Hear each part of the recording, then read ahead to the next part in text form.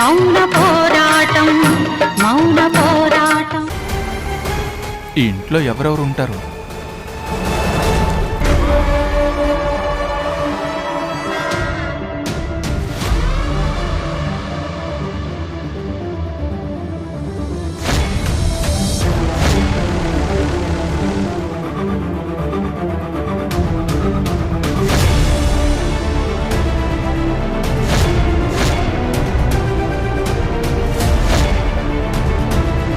బాగా తీ. జానకి నువ్వు బాగా తిను.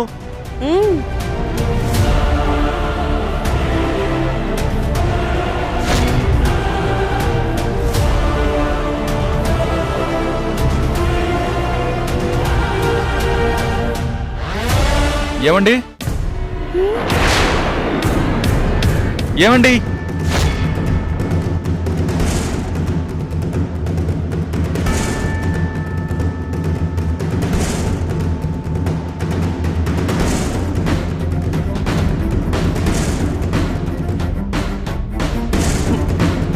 ఇదేంటి మురారి గొంతులా ఉంది?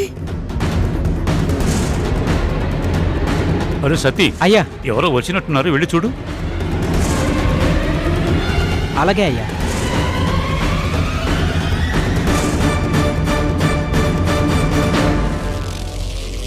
ఎవరండి? నా పేరు మురారి. నేను మహేంద్ర గారిని కలవడానికి వచ్చాను. మురారి ఇక్కడికి వచ్చాడంటే, నన్ను ఇక్కడ చూశాడంటే వెంటనే అమ్మ అనేస్తాడు. మహేంద్ర ఆవిడెవరో అని అడుగుతాడు. వీడేమో మురారి ఈవిడా మా అమ్మ అంటాడు. వీళ్ళు జానకి అంటారు. ఆ తర్వాత మొత్తం మ్యాటర్ అంతా ఒకటే బయటకు వచ్చేస్తుంది. వెంటనే మహేంద్ర విశాలక్షకి బలం వచ్చేస్తుంది. ఈ ఇంటి పరిస్థితి మొదటికి వచ్చేస్తుంది. అలా జరగకూడదు, జరగకూడదు. మురారికి నేను కనపడకూడదు.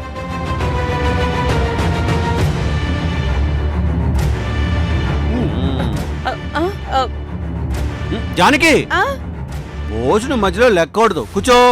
అయ్యో తిను. అది నాకు కొంచెం కూరలో ఉప్పు తక్కువ అనిపిస్తోందండి, వెళ్ళి తెచ్చుకుంటాను. జానకి దానికి నువ్వు వెళ్ళటం ఎందుకమ్మా? గోదావరి, నువ్వు వెళ్ళి తీసురా. మామయ్య, గోదావరి కాదు, నేనే వెళ్ళాలి.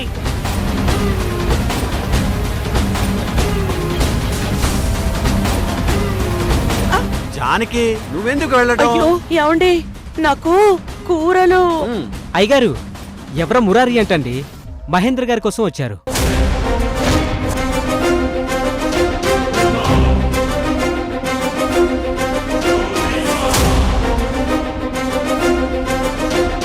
ఇందుకే నేను వెళ్తానంది, మీరేమో వెళ్ళనివ్వడం లేదు, ఇక్కడే ఉండమంటున్నారు.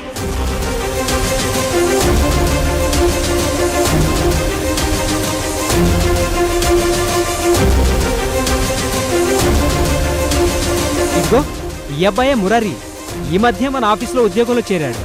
నమస్తే అండి. నమస్తే. నమస్తే బాబు మురారి. మహేంద్ర వాళ్ళు ఇంట్లో లేరు బాబు, ఆఫీసుకి వచ్చి కలుస్తాలే. నువ్వు ఆఫీస్కి వెళ్ళమ్మా.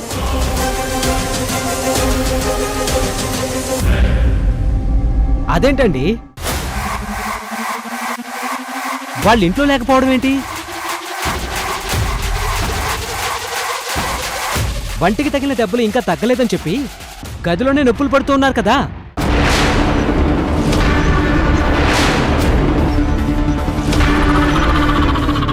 అవునా, వాళ్ళు ఇంట్లోనే ఉన్నారా? మరి పొద్దున్నే వాళ్ళు బయటికి వెళ్ళినట్టు గోదా నాతో చెప్పిందే. అయ్యగారు, అది నేను చూశాను, వాళ్ళు బయటికి వెళ్ళడం నేను చూశాను. సర్లే, వాళ్ళు బయటికి వెళ్ళారో ఇంట్లో ఉన్నారో ఆఫీసుకి వస్తారుగా బాబు, అక్కడే చూసుకో బాబు ఆఫీసు పనులు. అయ్యో పెద్దయ్య గారు, మహేంద్ర గారికి ఒళ్ళంతా వాచిపోతే ఆఫీస్కి ఎలా వెళ్తారండి? అందుకే ఈయన ఇంటికి రమ్మనుంటారు. సత్తి, నీకు తెలియదురా? ఆ అబ్బాయిని మహేంద్ర ఇంటికి రమ్మంటే నువ్వు ఆఫీస్కి వెళ్ళమంటావిటి? అందులోనూ ఆ అబ్బాయి మనం అందరం కలిసి భోంచేస్తున్న టైంకి వచ్చాడు కదా, మరి మనతో కలిసి భోంచేయమని చెప్పాలి కదా నువ్వు. అయ్యో చిన్నయ్య గారు, భోజనమా? తెలియని వ్యక్తికి భోజనం ఏంటి? గోదావరి తప్పు, అలా అనకూడదు. మనం భోంచేసే టైంకి మన ఇంటికి ఎవరన్నా వస్తే వాళ్ళకి భోజనం పెట్టే పంపించాలని జానకి నాతో చెప్తూ ఉండేది. ఏ జానకి, నువ్వు చెప్పావు కదా?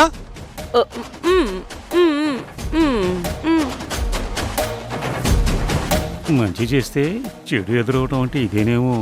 గోదావరి, అలా ఎవరికైనా భోజనం పెడితే బోళ్ళంత పుణ్యం వస్తుందని కూడా చెప్పింది. ఏ జానకి? జానకి అలా చెప్పిందా మీకు?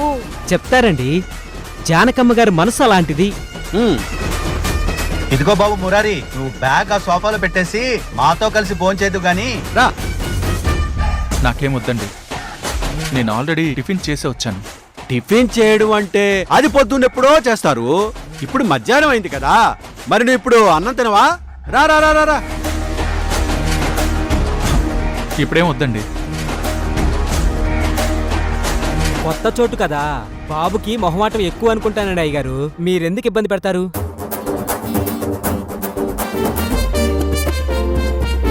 మొహమాటవా?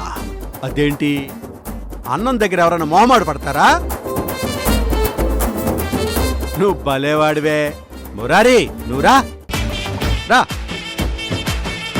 అది అవును బాబు, ఇక్కడ ఉన్న వాళ్ళంతా చాలా మంచివాళ్ళు. ఇదిగో ఈయన హరిశ్చంద్ర ప్రసాద్ గారు, ఈ ఇంటి యజమాని. మా పెద్దయ్య గారు, ఈయన కళ్యాణరాముడు. మా చిన్నయ్య గారు, ఇప్పుడే ఈయన ఇంటికి యజమాని అయ్యారు. ఈవిడ జానకమ్మ గారు, మా చిన్నయ్య గారి భార్య గారు.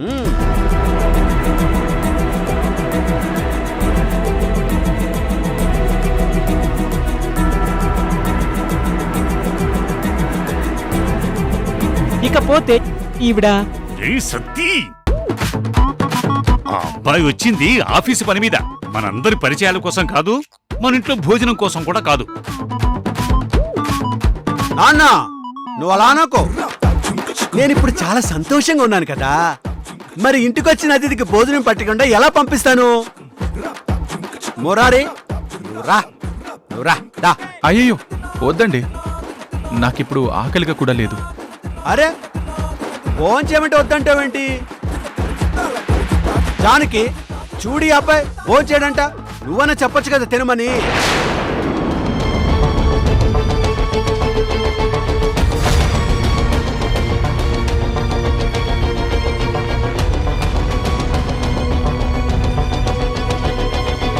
అయినా నువ్వేంటి ఇలా కదలకుండా కూర్చున్నావు? మురారి నేను పిలుస్తుంటే అతను రాను అంటే నువ్వేం మాట్లాడువేంటి?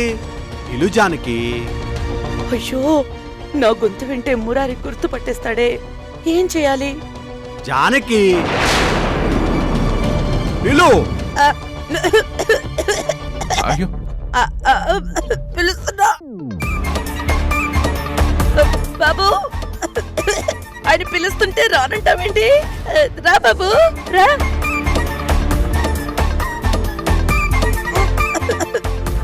అదేంటమ్మా, ఉన్నట్టుండి గొంతు అలా మారిపోయింది? గొంతు పట్టేసింది సౌందర్య, మాట రావట్లేదు. అది సరేనమ్మా, నాన్న అతన్ని భోజనానికి పిలుస్తుంటే నువ్వు ఇటు తిరిగి మాట్లాడుతున్నావేంటి? అటు తిరిగి పిలువు.